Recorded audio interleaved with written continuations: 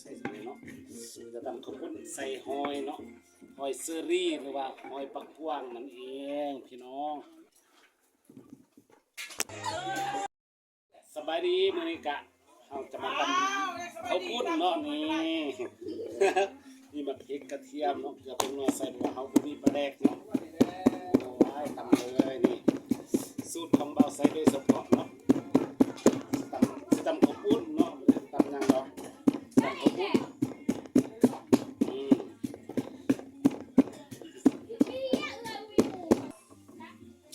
ใส่มักเล่นนี่ต้องใส่ปลาแดกต้องใส่มักเล่นแล้วก็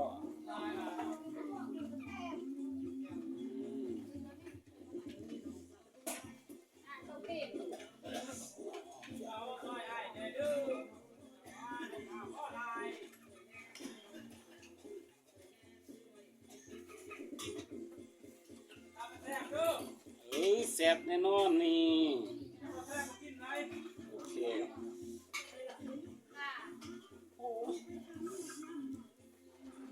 แล้วก็เขาก็ย่างใส่เนาะ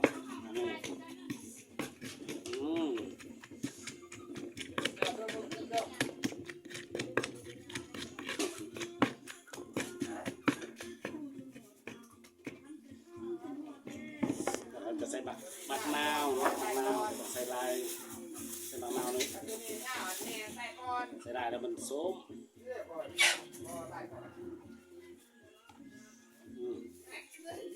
ใส่บักนาวใส่กับเปลือกมันเลยมันจังหอมเพราะพอใส่เปลือกมันบ่หอมเนาะ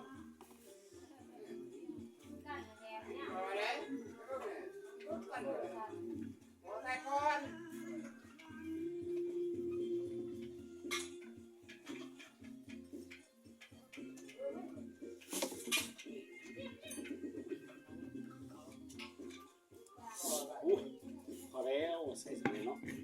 จะทำข้าวปุ้นใส่หอยเนาะหอยเซอรี่หรือว่าหอยปักกวางนั่นเองโอเคเราก็ใส่น้ำตาลเนาะเนี่ยทำแล้วเราก็ใส่น้ำตาล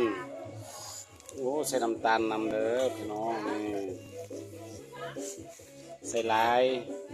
โอ้ใส่ลายโพดมันจะหวานนี่ใส่น้ำตาลนะครับใส่น้ำปลา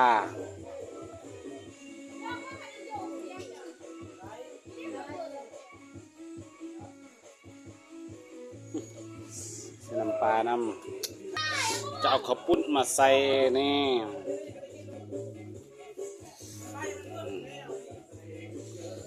เราจะใส่ข้าวปุ้นแบบนี้เลยนี่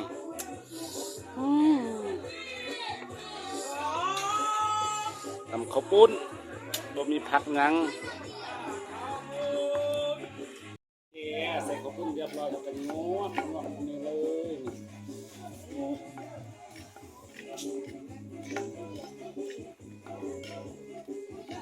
พอดีก็บอกกันนี่งวดซีน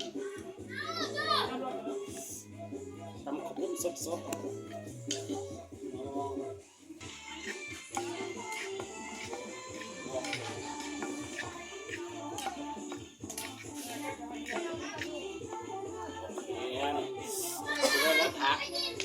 โอเคนี่หอยเซอรี่หรือว่าหอยปักกวางนั่นเองใส่เลย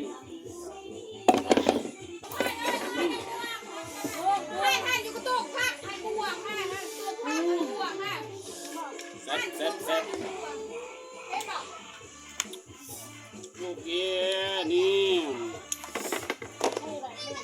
ตำข้าวปุ้นใส่หอยกูมาใส่กระตุกอันเว้ยมันใหญ่ฮันหมุนกระตุกน้องไหวขออนุญาตจับเด้อกินเองบ่เป็นยังเนาะบริขาย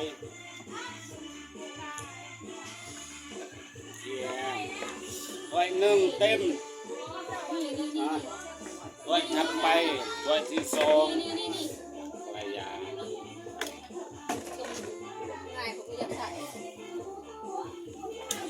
ถ้วยที่สองก็เต็มเว้ย